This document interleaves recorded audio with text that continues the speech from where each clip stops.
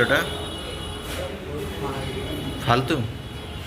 Guys দেখতে পাচ্ছেন ঠাকুর দেখার পরে কোথাও আর কিছু খেলাম না, রাজদীপের কথা, রাজের কথায় আমুল কিনে নিয়ে এসেছি।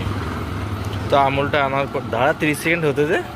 তো আমুলটা নিয়ে এসেছি, আমুলটার দাম নিয়ে আমুল 2 in 1, এটার প্রাইস নিয়েছে হচ্ছে 15 টাকা।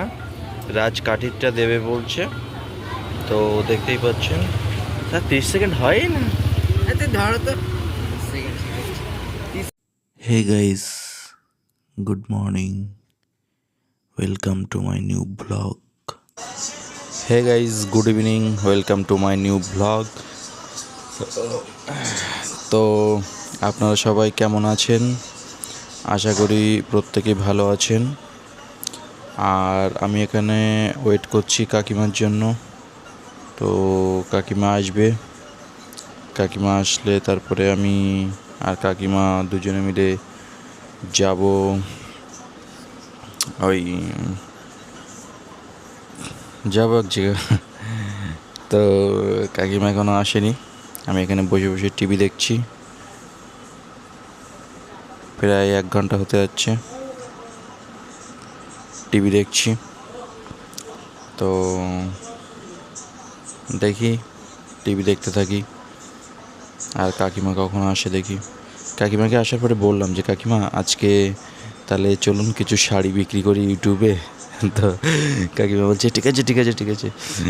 তো তার আগে পুজো দিচ্ছিল, 1 ঘন্টা ধরে প্রায় পুজো দিল, ঠিক আছে। দিয়ে আসলো, আসার পরে বললাম যে চলুন শাড়ি বিক্রি করি ইউটিউবে। তারপরে বলছে হ্যাঁ ঠিক আছে ঠিক আছে ঠিক আছে বলে ঘরে ঢুকলো। ঢুকে প্রায় আরও আধা ঘন্টা ধরে পুজোই দিচ্ছিল। পরে দেখি আমি আপনার কাছে রেডি হচ্ছে, আধা ঘন্টা মতন বাদে দেখি যে আসছে এই ধূপ ধূপ নিয়ে বাইরের দিকে আসছে। তো আমি ভাবলাম ধূপ নিয়ে যখন আসছে, তো আমি ভাবলাম এতক্ষণের মধ্যে রেডি হচ্ছিল, কিন্তু ধূপ নিয়ে আসা দেখে আমি ভাবলাম যা বাবা এতক্ষণ ধরে রেডি হচ্ছে।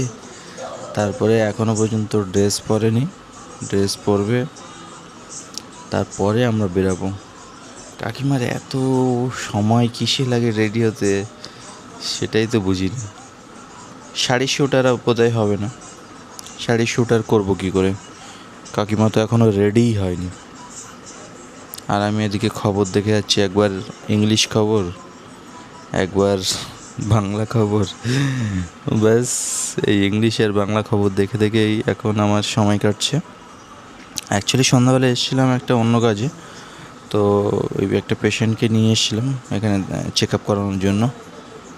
তো উনি চেক আপ করে পেশেন্ট চলে গেছে, আমিও চলে যেতাম। তো ডক্টর বলছে তুই একটু বস, তো আমি বসলাম।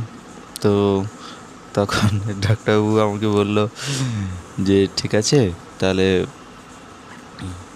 তুই আছিস যখন, তাহলে ওনার একটা কাজ ছিল, তো ওটা একটু করে দিলাম। এখন আরেকটা কাজ বাকি আছে, ওটা করব।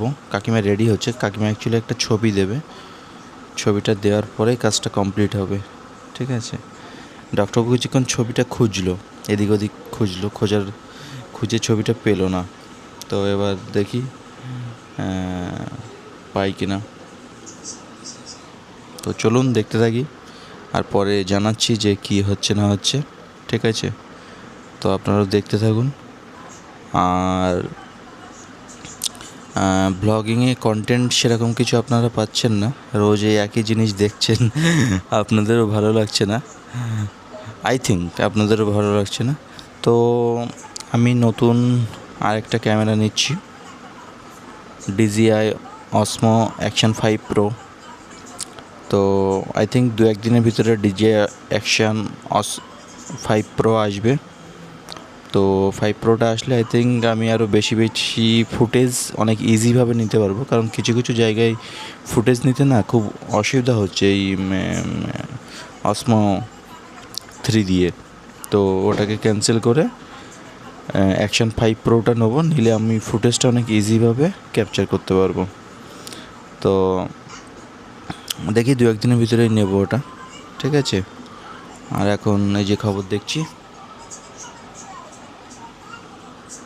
খবর চলছে।